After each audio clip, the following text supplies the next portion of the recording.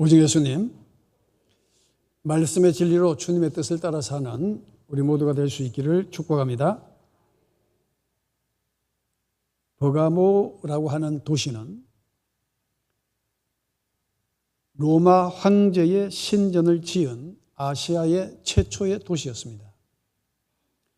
여러분, 이제 아시아 하니까 현재의 그 지도상으로서 이제 중국을 비롯한 일본, 동남아, 이 아시아로 이해하기가 쉬운데, 이 당시의 아시아는 터키 서부 지역입니다. 터키 서부 지역.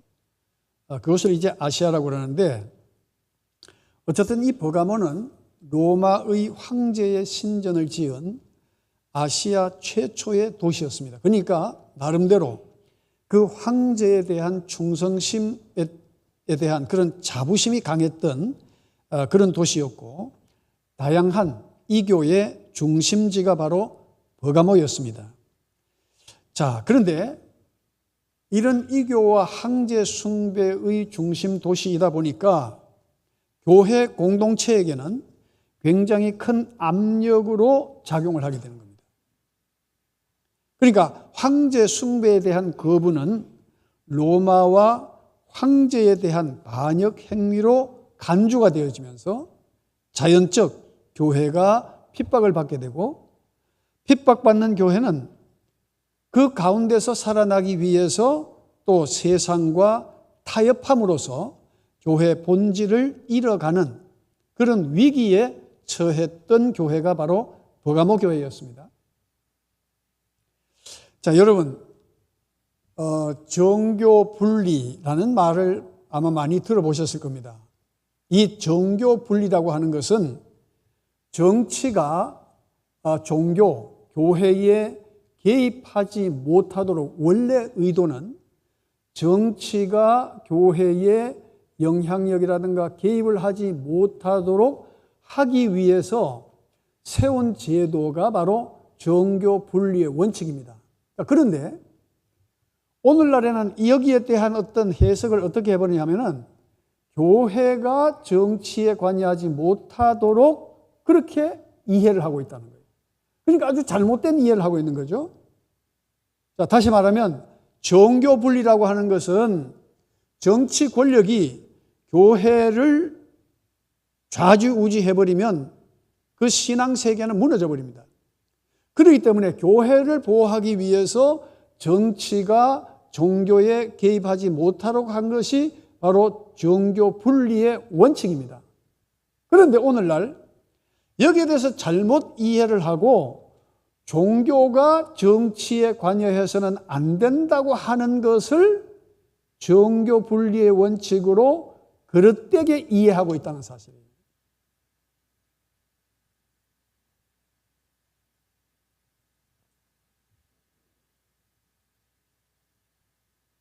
지금 뭐 이야기하는 거지? 그런 표정 같은데, 여러분, 세상의 법은 하나님의 법 아래에 있습니다. 그렇죠?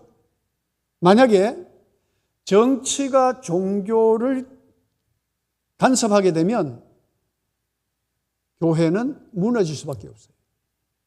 왜냐? 세상 권력을 가지고 교회를 다스려버리면 끝나버리니까.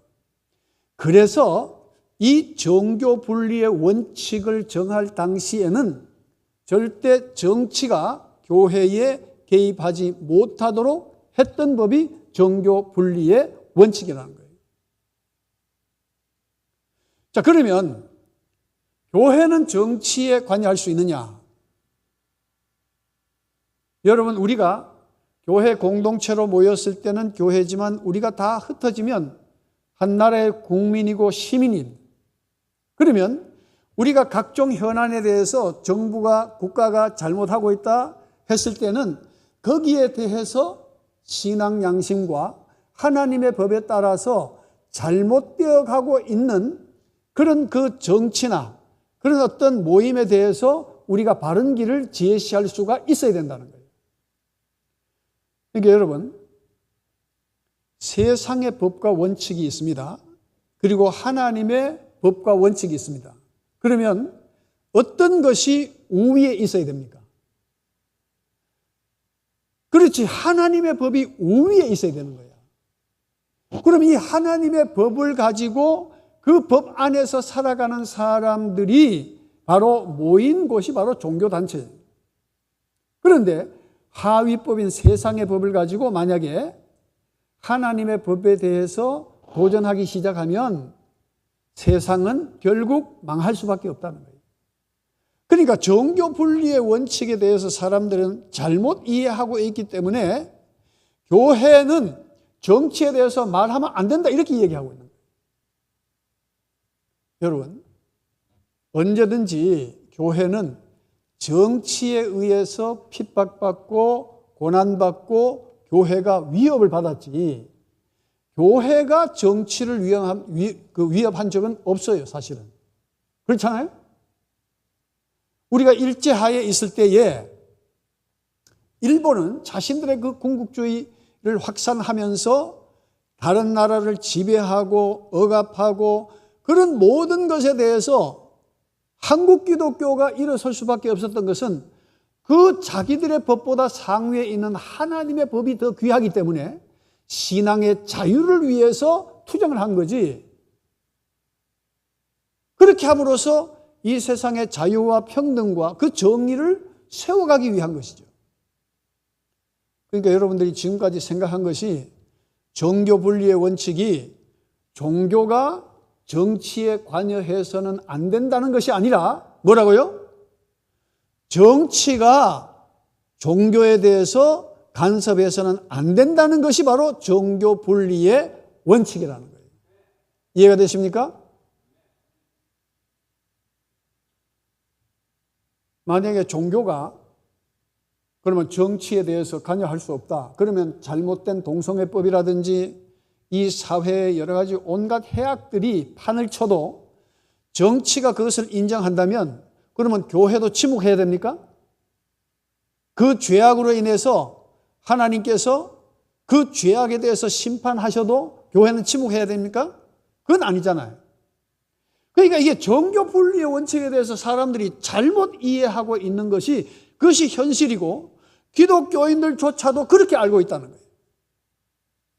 네? 그러면 우리는 동성애법에 대해서 말해야 될 필요가 없는 거예요. 그리고 교회는 무너져 버리면 끝나는 거예요. 자, 종교 분리의 원칙이 뭐라고요?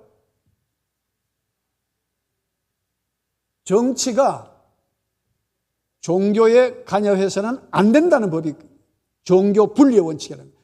여러분 분명히 이해하시기 바랍니다. 이걸 모르니까 교회 안에서도 거의 이상한 소리가 나오는 거야. 그래서 결국 교회는 세속화되어지고 무너지게 되는 것이 바로 이 버가모 교회가 그런 현상으로 인해서 잘 나가던 그 버가모 교회가 엄청 그릇된 길로 감으로 통해서 하나님께서 책망하시는 내용이죠. 자, 신앙과 정치가 타협을 하면 반드시 신앙은 변질되게 되어져 있습니다. 근데 이 버가모라고 하는 말의 뜻이 뭐냐면은 탑과의 결혼이란 뜻이에요. 탑과의 결혼. 탑은 뭡니까? 높은 탑은 그 탑이라는 의미와 더불어서 명예, 권력이라는 뜻이 있어요. 그러면 명예와 권력과 결합해서 결혼을 해버린 거예요. 그러니까 어떻게 되겠어요? 교회가 타락할 수밖에 없다는 거예요. 그래서 버가모 교회가 책망을 받게 되고 그리고 그 책망의 내용, 해결해야 할 문제가 무엇이냐? 오늘 보면 14절에 보니까 그러나 내게 두어 가지 책망할 것이 있나니 거기 내게 발람의 교훈을 지키는 자들이 있도다. 교회 안에 발람의 교훈을 지키는 자들이 있도다. 발람이 발락을 가르쳐 이스라엘 자손 앞에 걸림돌을 놓아 우상의 제물을 먹게 하였고 또 행음하게 하였느니라. 그렇게 지적을 하고 있어요. 책망하신 거죠. 자, 이것은 우리가 민수기 22장에 보면 이스라엘 백성들이 출애굽해서 이제 가나안에 들어가려고 할 때에 그 가나안에 들어가는 관문을 지키고 있었던 나라가 바로 모압 왕국이었죠. 이 모압이라는 나라에 발락이라고 하는 왕이 있었는데, 자, 이스라엘 백성들이 우리가 가나안 땅에 들어갈 수 있도록 여러분들에게 전혀 해를 끼치지 않고 큰 길로만 해서 우리가 가나안에 들어갈 테니까 길을 좀 열어달라고 모세가 사람을 보냈더니만은 이 모압 왕 발락은 그렇게 해주기가 싫었던 거예요.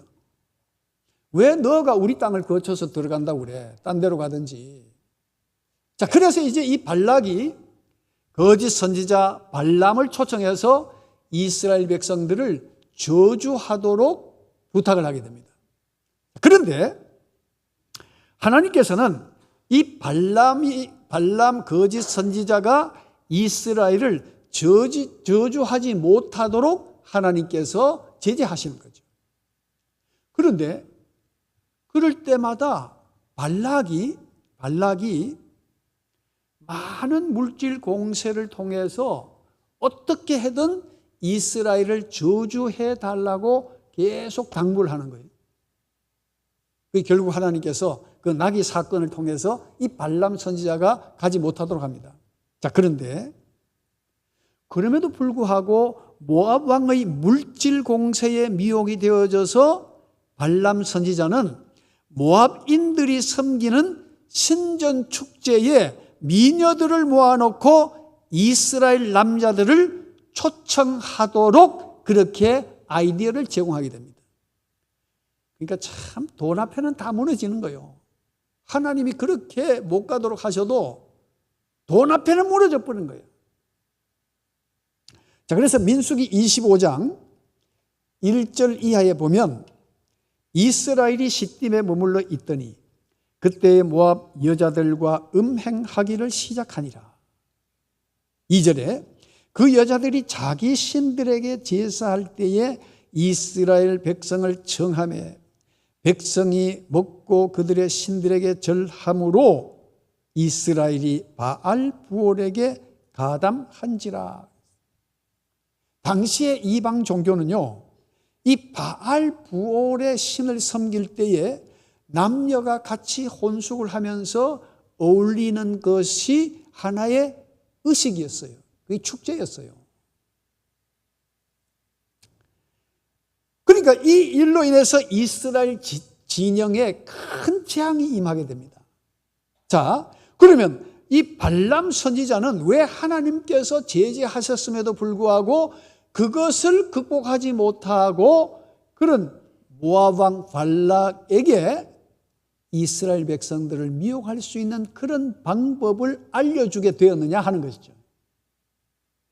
자, 그것이 이제 베드로후서 2장 15절에 보면,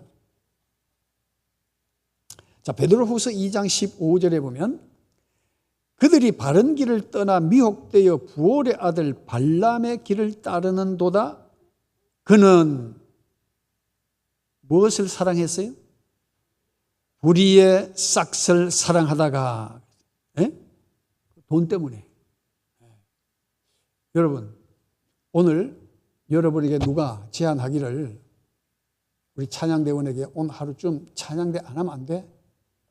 오늘 나하고 어디 여행을 좀 하자. 그러면 내가 너한테 5천만 원을 줄게.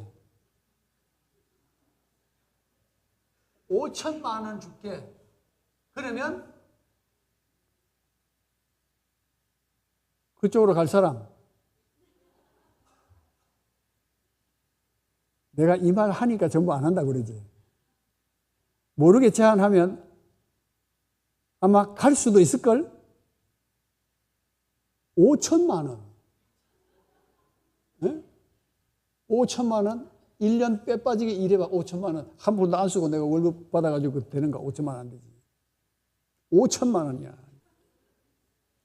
자, 어쨌든 그런 제안에 결국 발람이 넘어가 버렸다. 불의의 싹을 사랑하다가. 그래서 18절에 보면 그들이 허탄한 자랑의 말을 토하며 그릇되게 행하는 사람들에게서 겨우 피한 자들을 음란으로서 육체의 정욕 중에서 유혹하는도다. 결국요, 남자들이 제일 약한 게 뭐예요? 미인계에 빠지는 거 아니에요. 네? 그래서 결국 이 사건은 이스라엘 진영에 엄청난 재앙이 임하게 되는 거예요. 그래서 민수기 25장 9절에 보면 이 사건으로 인해서 어떤 일이 벌어집니까? 그 연병으로 죽은 자가 몇 명?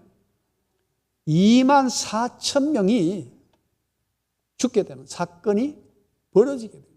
여러분, 2만 4천 명이 죽으면요, 장사 지내는 것만 해도 일주일 넘게 걸립니다. 얼마나 많은 사람들이 그 죄악으로 인해서 죽었냐. 여러분, 지난 7일 날 이스라엘에서 어떤 사건이 벌어졌습니까? 자, 정치적으로 해석하는 사람들은 뭐 하마스와 이스라엘의 긴 갈등, 그런 것들 때문에 이것이 폭발됐다고 생각하지만은 저는 그렇게 보지 않아요. 자, 영적으로 봅시다.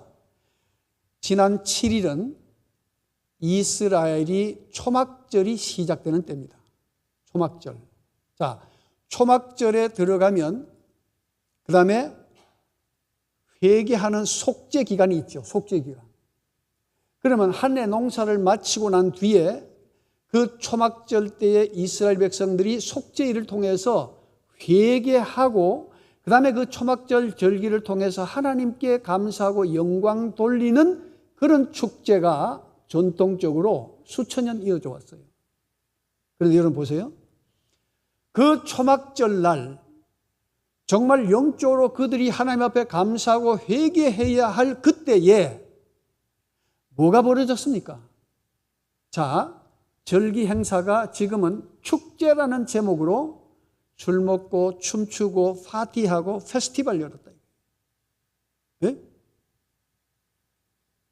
자, 하마스와 이스라엘의 관계를 떠나서 우리는 영적으로 왜 그날 그 사건이 일어날 수밖에 없었느냐? 정말 회개하고 하나님 앞에 진지하게 서야 할 그 백성들이 사막에서 남녀가 어울려 춤추고 파티하고 무슨 음악 페스티벌 하고,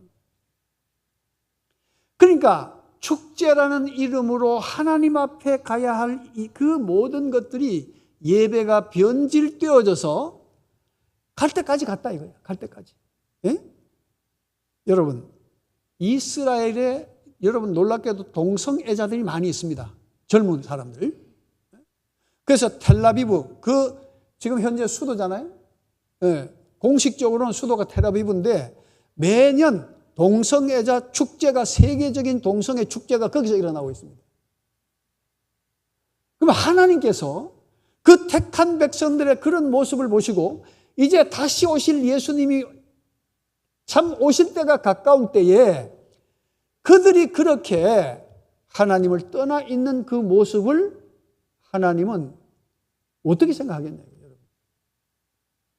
자, 우리도 지역에 뭐 개천축제, 뭐 와룡축제, 그 전부 축제라는 명분 하에 우리 뭘 하고 있습니까? 명분은 다 축제죠.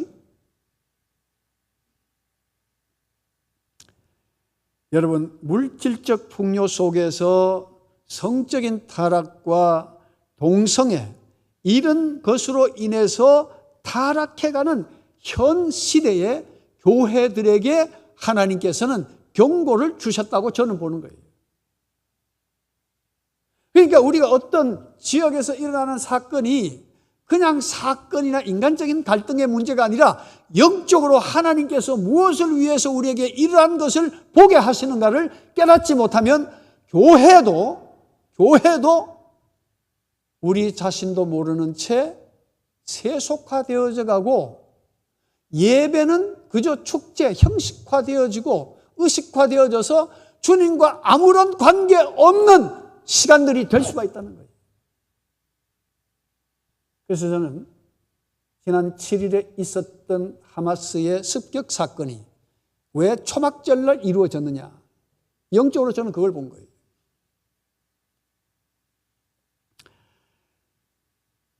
무엇보다도 미국 장로교회가 동성애자도 목사 안수를 받게 해서 목회하도록 허락을 해버렸어요. 몇 년 전에.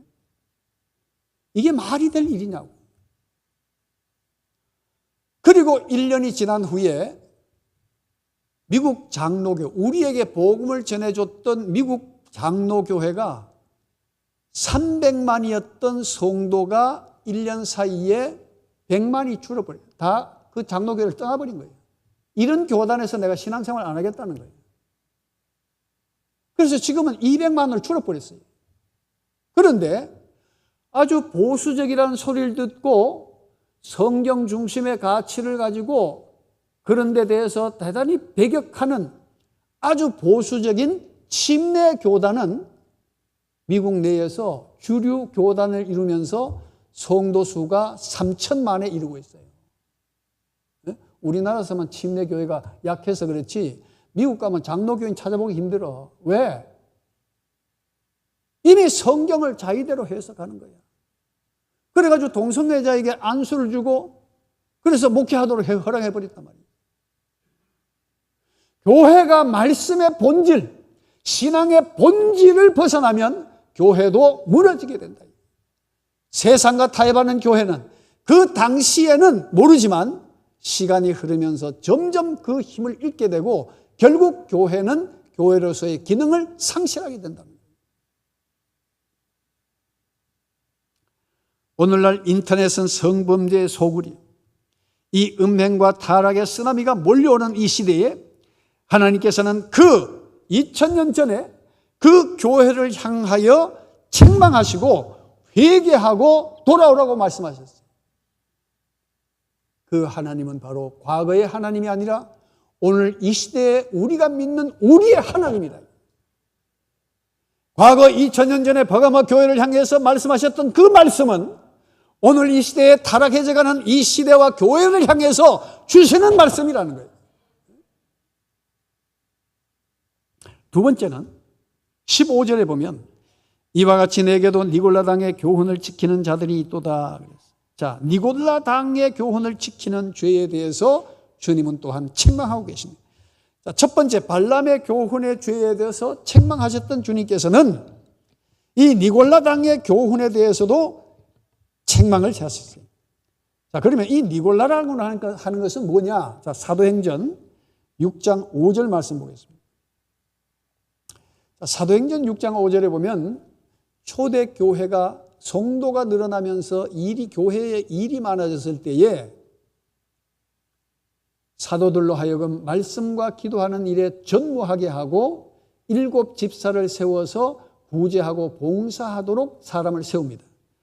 이 5절에 보면 온 무리가 이 말을 기뻐하여 믿음과 성령이 충만한 사람 스데반과 또 빌립과 브로고로와 니가노르와 디몬과 바메나와 유대 교회에 입교했던 어디 사람? 안디옥 사람 누구?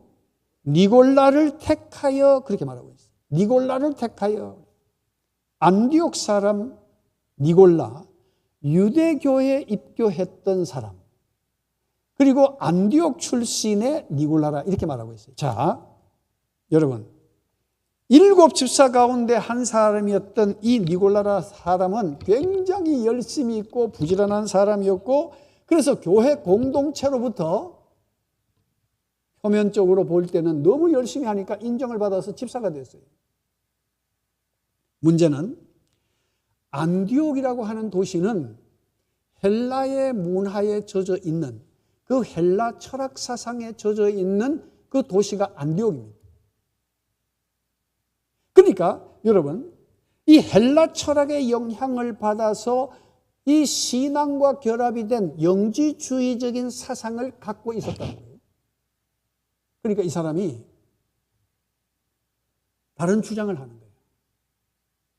무슨 뜻이냐?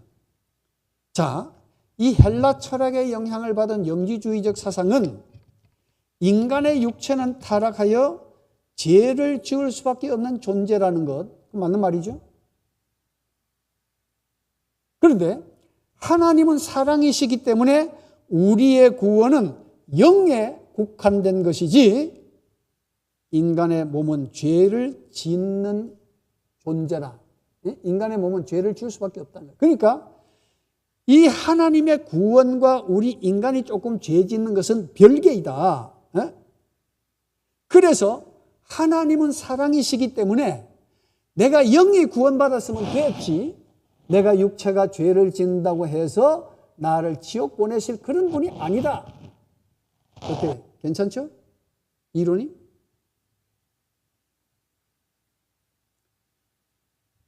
여러분,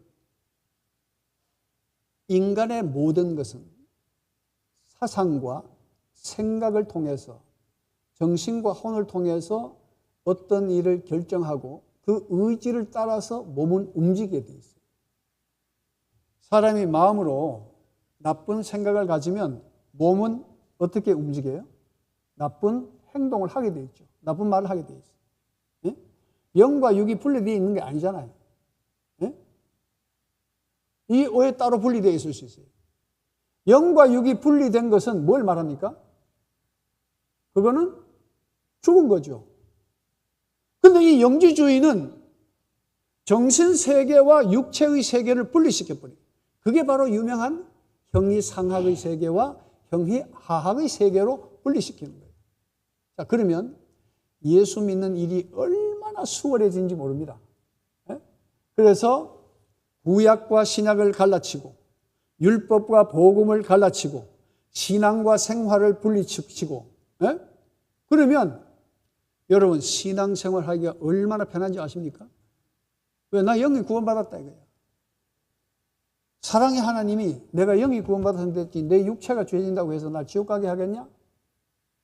그러면 지 마음대로 살고 천국 간다는 생각 아니야? 그러니까 이 영지주의는 영과 육을 분리하고 모든 것을 이원화함으로써 죄를 합법화하고, 그래서 그것이 바로 교회 안에 침투해버리니까 사람들은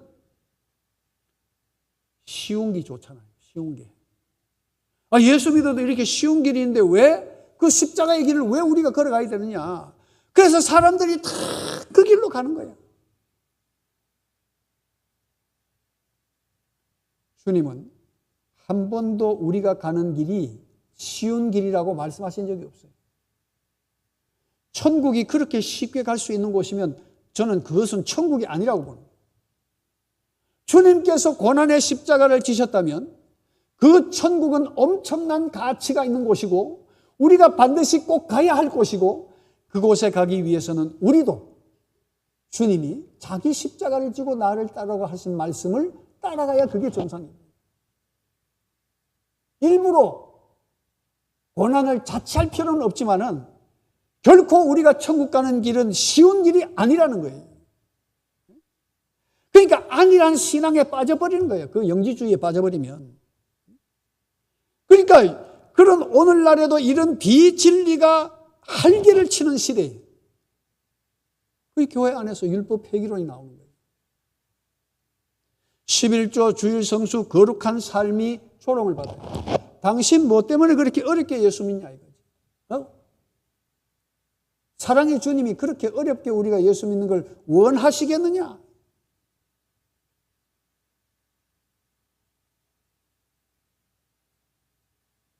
그래서 무너져 버린 거예요. 죄가 아니라는 비진리가 교회 내에 침투하고 거기에 대해서 말씀으로 굳게 서지 못한 무능한 교인들은 또 그대로 넘어가 버리는 거예요. 그래서 이 니골라 당의 교훈을 지킨 죄에 대해서 책망하시면서 회개하라고. 여러분, 편의주의적 신앙은 결국은 그건 신앙이 아니에요. 무늬만 신앙이지. 껍데기뿐이에요. 자, 그런데 책망하시는 주님은 책망으로 끝나는 것이 아니라 오히려 이것을 통해서 회복을 바라고 계신다. 그러니까 16절 이하에 보면은 그러므로 뭐 하라? 회개하라. 그리하지 아니하면 내가 내게 속히 가서 내 입의 검으로 그들과 싸우리라. 그렇게 말씀하셨어요. 자, 내가 내게 속히 가서 내 입의 검으로 그들과 싸우리라. 그들이 누구예요? 불신자예요? 불신자입니까? 이렇게 발람의 교훈을 따르고 니골라 당의 교훈을 따르는 그들과 내가 싸우겠다는 그 말이에요. 자, 그런데 입의 검이라고 하는 것은 무엇을 의미하느냐? 자, 오늘 12절에도 버가모 교회 사자에게 편지하라. 좌우에 날선 검을 가지신 이가 이르시되, 그리고 16절 하반절에 내 입에 검으로 그들과 싸우리라. 자, 히브리서 4장 한번 보겠습니다. 자, 4장 12절에 검이 뭔지 자, 같이 한번 읽어볼까요?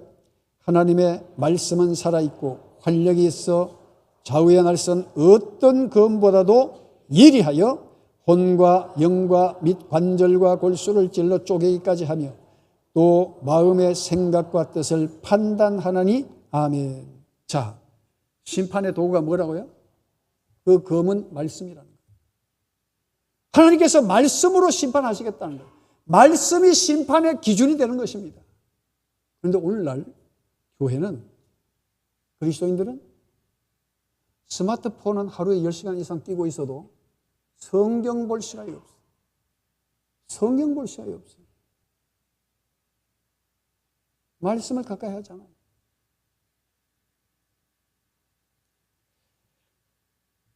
하나님은 심판이 목적이 아니라 오히려 책망을 통하여 회개함으로 구원을 주시려고 하는 은혜의 음성을 우리에게 들려주신 것이다. 그렇기 때문에 우리가 죄를 버리는 것이 바로 축복이라는 거예요. 그 책망은 우리를 구렁텅 위에 몰아넣기 위한 것이 아니라 회복을 위해서 우리에게 책망을 하신 거예요. 여러분, 자녀들 책망할 때 악한 감정으로 부모가 책망합니까? 사랑하니까 바른 길로 돌아서라고 하는 거 아니에요. 하나님께서는 우리에게 요구하시는 것이 무슨 거대한 신앙, 무슨 큰일 하는 어떤 믿음, 그걸 원하시는 것이 아니라 사무엘상 15절에 보면은 순종을 원하시는 거예요. 말씀대로 살아가라는 거예요. 말씀대로. 단순해요, 신앙이라는 거.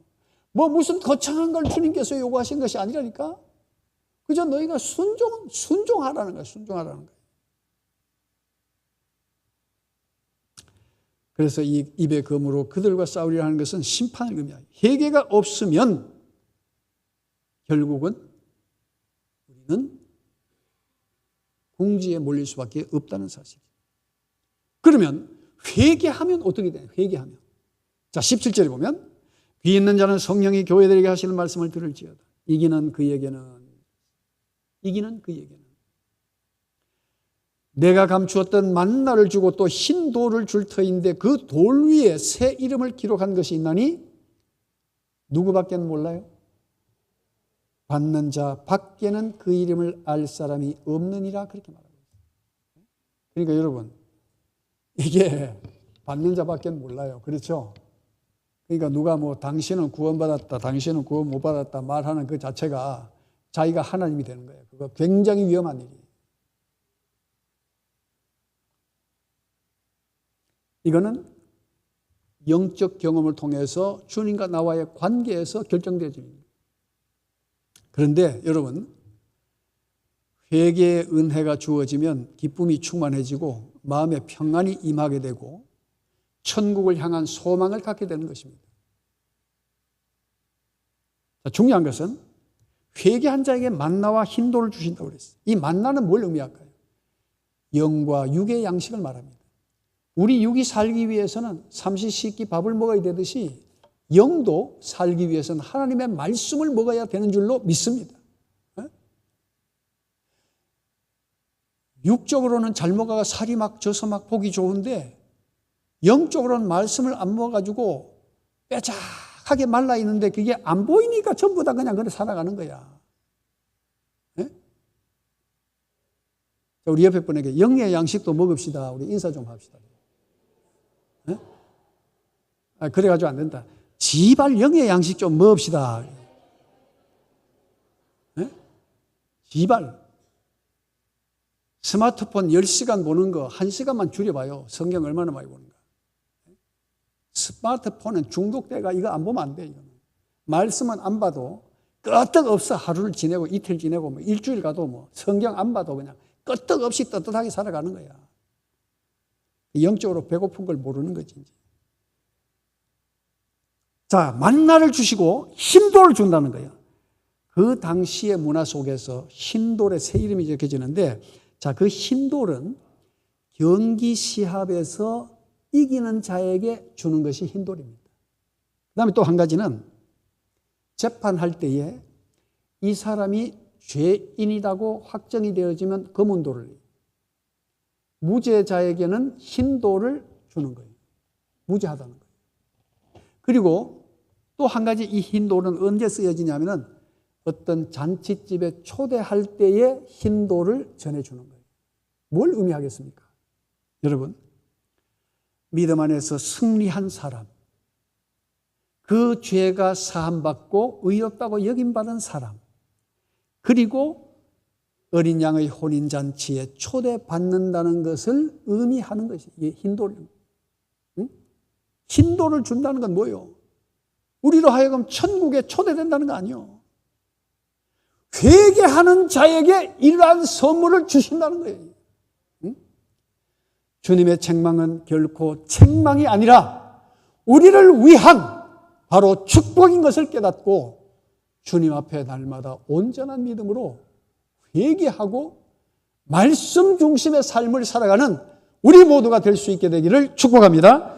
오늘 이 말씀 기억하시면서 주님, 말씀을 통하여 우리에게 주신 책망, 우리가 달기받고 회개하는 심령을 주심으로 하나님 날마다 천국 소망이 새로워지게 하시고 다시 오실 예수님을 기다리는 믿음 되게 하여 주시옵소서. 우리 잠시 통성으로 기도하겠습니다. 거룩하시고 자비하신 아버지 하나님, 은혜와 사랑을 감사드립니다. 죄를 죄인 줄 알지 못하고 시대적 사상과 이념을 따라 우리가 살아가고 있지 않은지를 돌아보게 하여 주시고 오직 말씀 중심, 오직 예수님 중심의 신앙을 가지고 살아갈 수 있는 우리들 되게 하여 주시옵소서. 그리하여 아버지 하나님, 참으로 이기는 자에게 주신다고 하신 그 만나와 흰돌을 받고 날마다 그 안에서 천국 소망 중에 사는 그리스도인들이 되게 하시고 이 세상 가운데서도 기쁨과 평안을 누리는 살아있는 믿음 되게 하여 주시옵소서. 감사하며 거룩하신 예수 그리스도 이름으로 존귀하신 하나님, 버가모 교회를 향한 책망은 2000년 전의 책망이 아니라 오늘 이 시대를 살아가는 하나님 성적 타락과 영지주의적인 사상에 의하여 우리의 신앙이 흔들림을 안타깝게 여겼던 그 주님이 오늘 우리에게 주신 말씀인 줄로 믿습니다. 이 말씀 따라 하나님 정말 책망을 달게받고 회개함으로 만나와 흰돌을 받고 천국 소망 중에 살아가는 그리스도인들이 되게 하여 주시옵소서. 감사하오며 거룩하신 예수 그리스도 이름으로 기도드리옵나이다. 아멘. 자, 천국 소망 중에 살아갑시다. 우리 인사 나누겠습니다.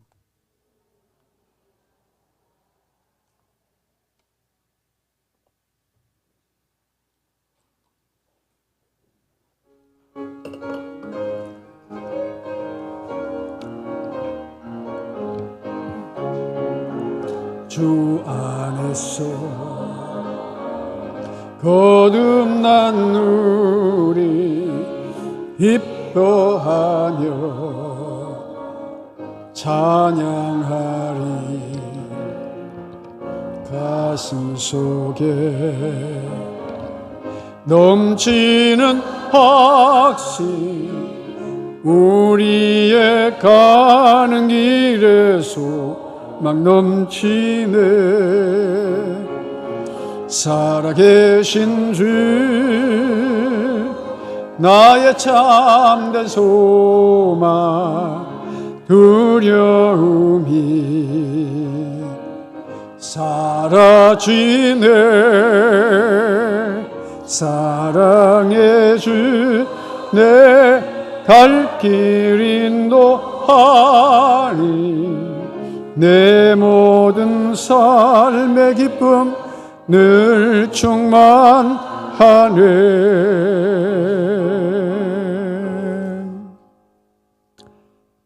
이제는 우리 주 예수 그리스도의 무한하신 은혜와 하늘에 계신 우리 아버지의 극진하신 사랑과 성령의 교통하심이 교회들을 향하여 하신 그 말씀, 회개하라 하심을 달게 받고 회개함으로 천국의 만나와 힘도를 품고 사는 천국 백성 되기를 마음으로 다짐하고 돌아가는 믿음의 온 가족들에게 이제부터 영원토록 함께 하시기를 간절히 축원하옵나이다. 아멘.